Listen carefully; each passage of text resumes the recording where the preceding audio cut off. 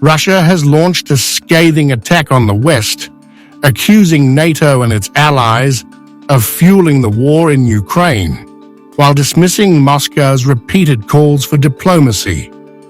Russian Foreign Minister Sergei Lavrov delivered pointed remarks, condemning Western leaders for what he describes as reckless provocations that are pushing the world toward greater conflict.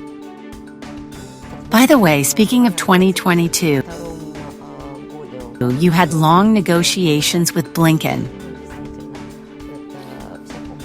Everyone remembers that. When did you realize that you would not be able to reach an agreement? How did you decide that it was time to start a special military operation? Another month passed between your negotiations with Blinken.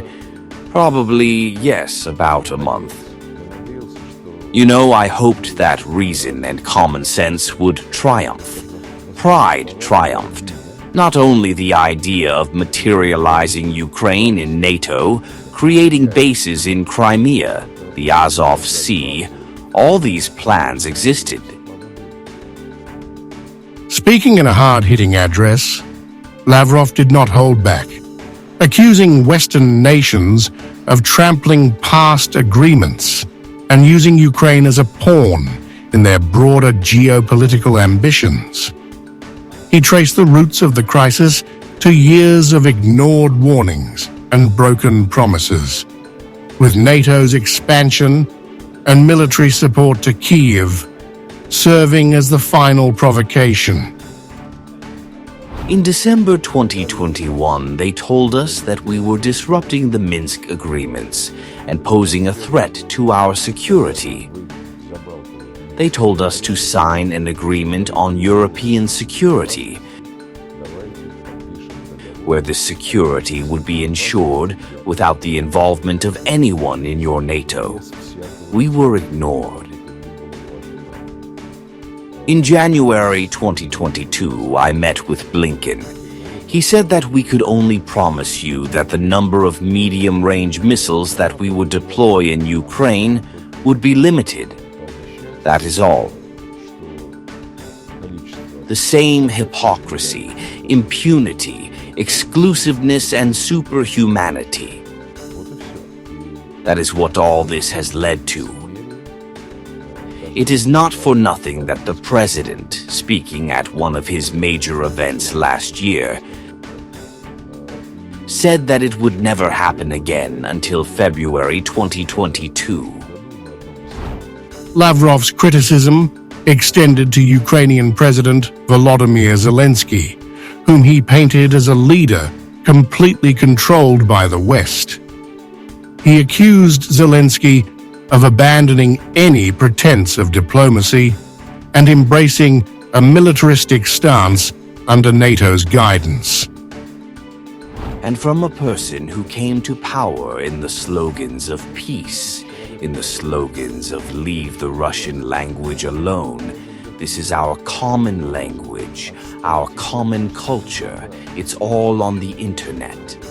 And in 6 months, he turned into a pure Nazi.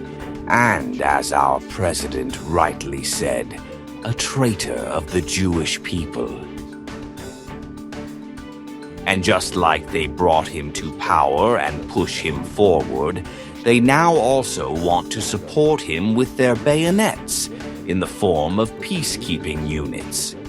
But this will mean that the primary reason will not disappear anywhere. Because when we ask these thinkers what will happen to this part that you will take under your control, hypothetically, well, nothing. Ukraine will remain there. The foreign minister also slammed recent Western discussions about deploying peacekeepers to Ukraine, calling it a provocation disguised as humanitarian aid. He singled out British Prime Minister Keir Starmer and French President Emmanuel Macron, accusing them of deliberately undermining former US President Donald Trump's efforts to end the war. Starmer, who went after Macron to persuade Trump not to end this story so quickly, and at the same time boasted that this year Britain will make its biggest contribution in the form of weapons to Ukraine. That is, directly contradicting Trump and saying, "And we will pump it up." Macron is dealing with some, yes, and Starmer too. For Lavrov, this conflict is just the latest chapter in a long history of Western deceit and aggression. He framed it as part of a centuries-old pattern of colonization, war, and arrogance, one that continues today under the guise of supporting Ukraine. And these guys, just like this Peacekeeper's plan in Ukraine, is a continuation of the Kiev regime's incitement to war against us.